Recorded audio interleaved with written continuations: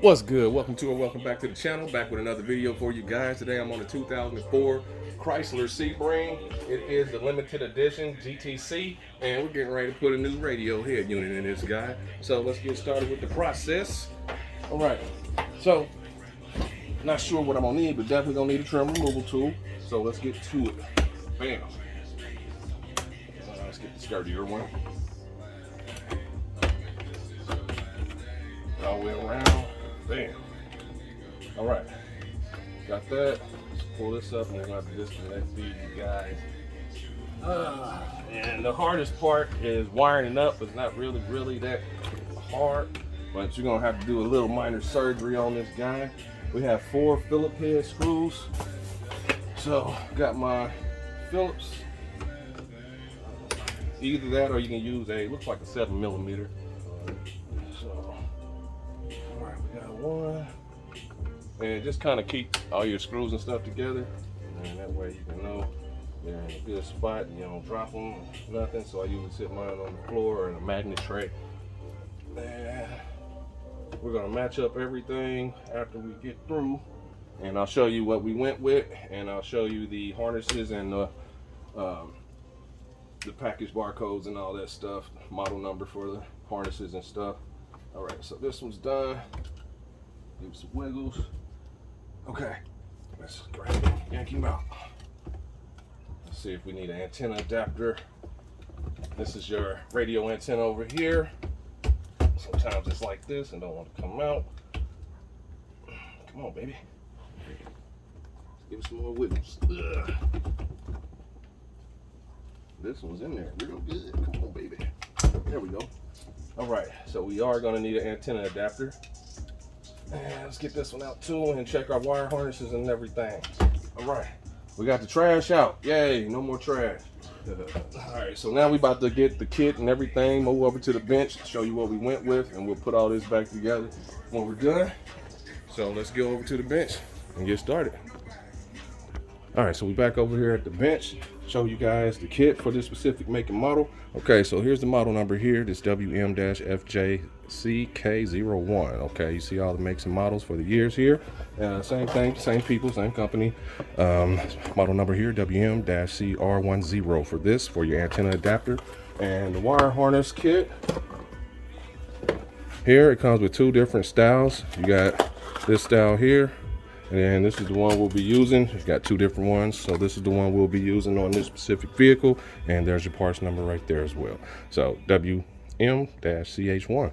All right, so let's get to it. We're getting ready to start putting this guy together, and I'm not going to do all that on camera. Just going to go through what your main ones are. We're going to do a quick bench test and make sure everything is working correctly. But usually, well, not all the time, is black power ground. Okay, so your black is your ground.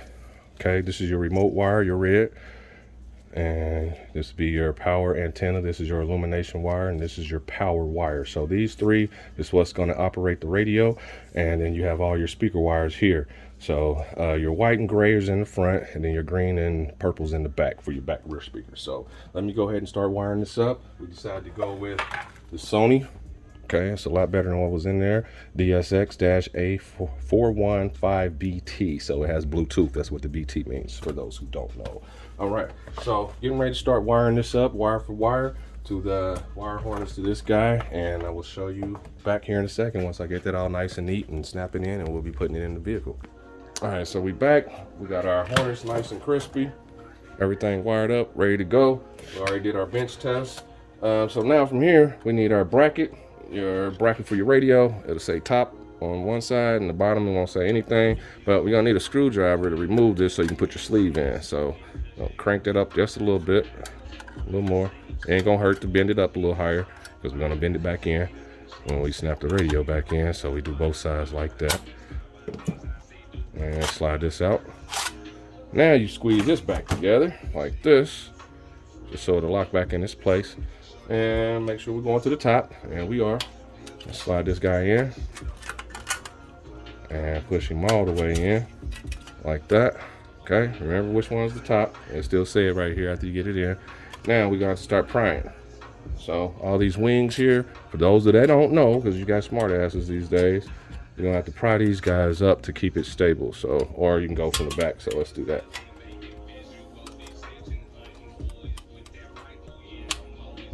Just getting them to sit.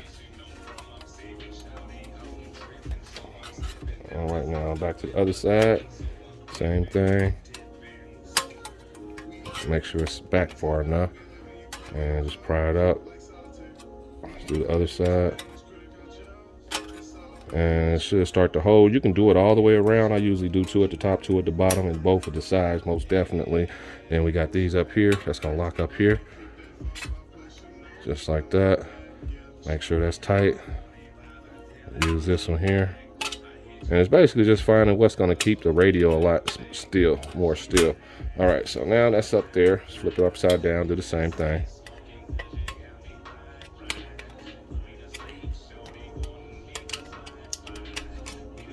If I can get him. But we're pretty much almost done. There we go. Should have used a smaller screwdriver head, but we're good. It's not going anywhere. That's what we want. Make sure we got our everything together. Smash these in. All right, so we got our top. Make sure our radio is facing the top. And you'll hear it click. Unless I got something that's not going good. Let's see.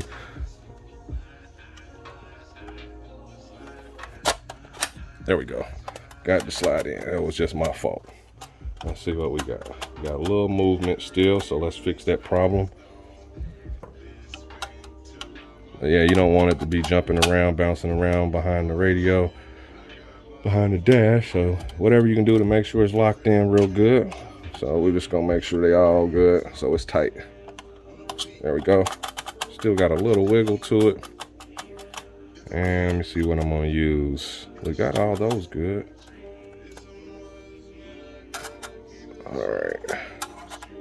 All right, there we go. Now we got everything set. Let's move our way back to the vehicle and start installing this guy. Meet you over there. All right, so we back over to the vehicle. Let's make sure we get it in nice and crispy. Did verify everything was correct, so let's just start plugging everything back up. All right, let's get our antenna adapter, snap it in. There we go. Got our wire harness, snap it in. It's got grooves on it. You'll see which way to put it in. There we go. And let's connect this guy. And here we go, right here. You got your pre-outs for your subwoofer and your left and right front. All right, we're gonna grab the key and test this guy real quick before we button it back up. It looks good already. Ooh-wee. I like it. All right, so we gonna, while we getting the key, put a few in.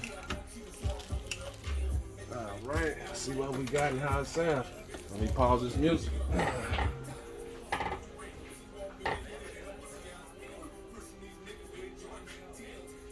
All right, gotta be able to hear the sound quality because usually your sound increase like 50%, 75% when you put the aftermarket in. So let's see what we get. And it came with a remote too, so that's good.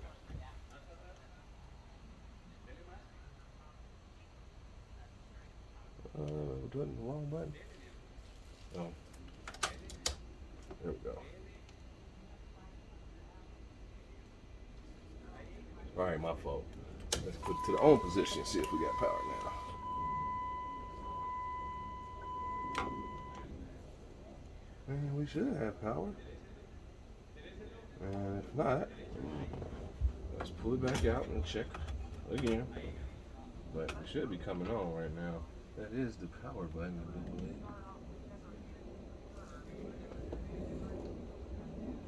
All right, so we have no power. So, that being said, let's pull this back out. Now, usually you won't have power if something's going on with your hot. So, let's see what we get this time. Let's just disconnect it and put it back in. All right.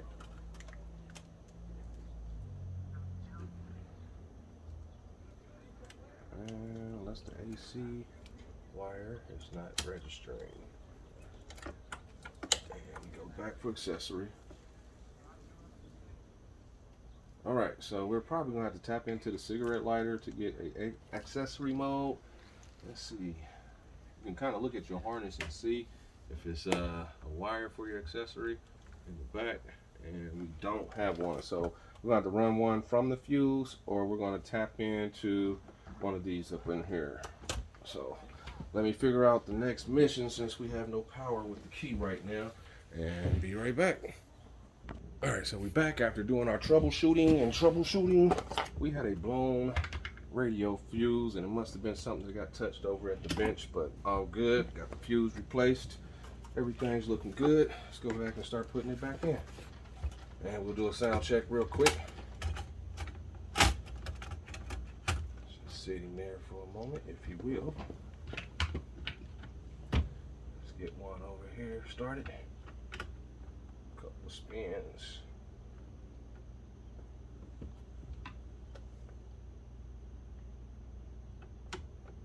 All right. That way it'll quit rocking forward on me. And there we go. Let's go to this side. And while I'm doing the rest of these, let's go ahead and turn it on. Everybody can see what's happening. Stop the dinging. There we go.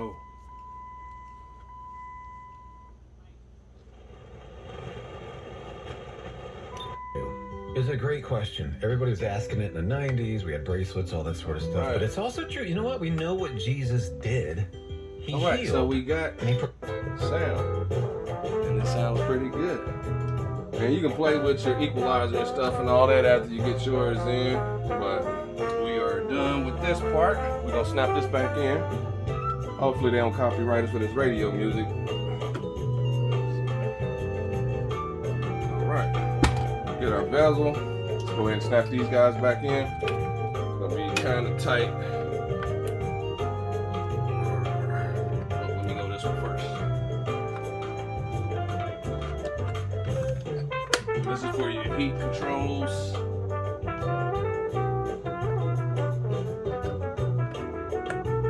Make sure they click.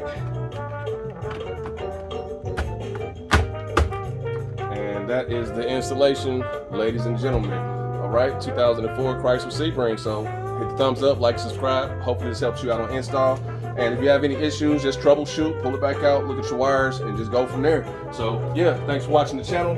Always remember, trust is the enemy on these things, which causes us to work so hard. And until the next video, guys, I'm out.